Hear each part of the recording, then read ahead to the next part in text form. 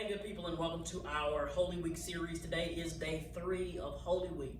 Now, Sunday, we talked, it was Palm Sunday. Palm Sunday is a familiar day. Most of us know about Sunday, Jesus' triumphal entry into Jerusalem, and the people were astonished.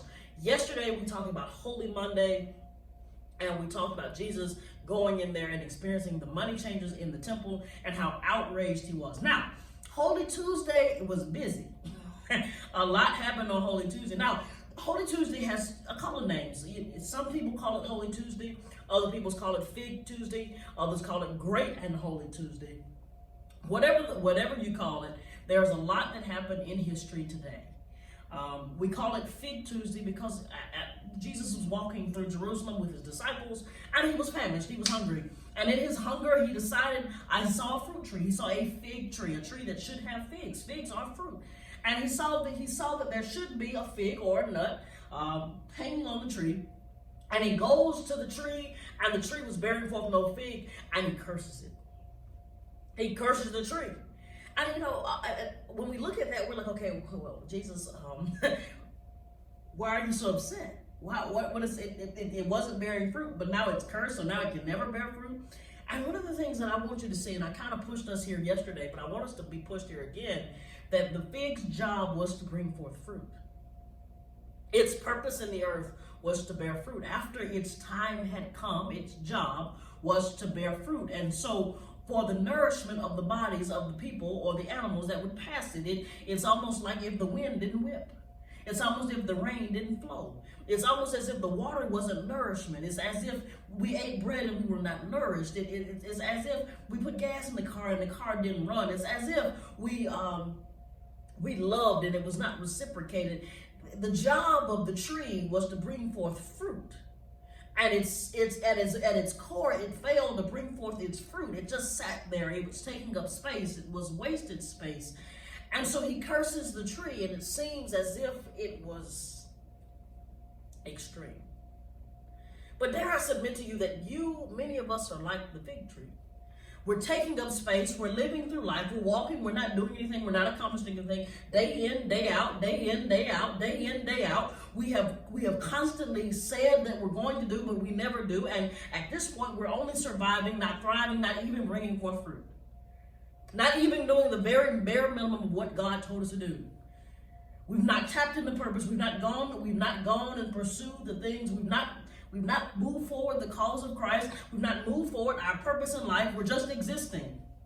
We wake up, we go to work, we go to sleep. Going through the motions. He cursed the fig tree because the fig tree was not bringing forth fruit. And it seems so extreme. But what if you bought a car and the car never drove?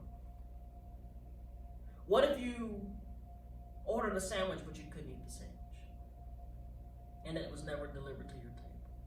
What if you bought a house but the keys didn't work? Wouldn't you be disgusted? Wouldn't you be upset? And so he cursed the tree. Well, also on Holy Tuesday or Fig Tuesday, whatever we choose to call it, a few other things happen. Jesus sits down and he has a number of conversations with the Pharisees and the Sadducees. They ask him questions about marriage and divorce. And he says that God hates divorce. And he talks about these other things, and they're trying to trip him up in his doctrine. So he has this whole conversation. Also on Tuesday, the very same day, he has the Olivet Discourse, which spans 2 chapters in Matthew. The Olivet Discourse, where he starts talking about the end time, which we would later learn more about in our studies of Revelation. We also had heard more about, and if we were to read through Daniel. But he begins to talk about it. He talks about, in my Father's house there are many mansions. I wouldn't tell you that. If it wasn't true, I wouldn't tell you it was so. I go to prepare a place. He goes and he talks about at the end of days, this and that will happen. All of this happens in a day. When we think about what happens in Holy Week, and during Holy Week, Jesus begins to tie up the lines that he had opened. He's making sure that all of his business is complete. Making sure that when he leaves and he departs his place on Friday, that everything that we need would be left here so that we could carry on where he left off. And so a lot happens on Tuesday. But my question to you is this.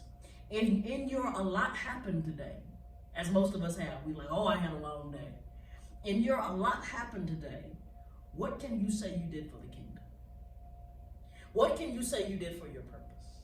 Because if it was just work for $1, if it was just going through the motions, but at no point your soul and your spirit were awakened, and if at no point you did what God asked you to do, you'd be just like the fig tree.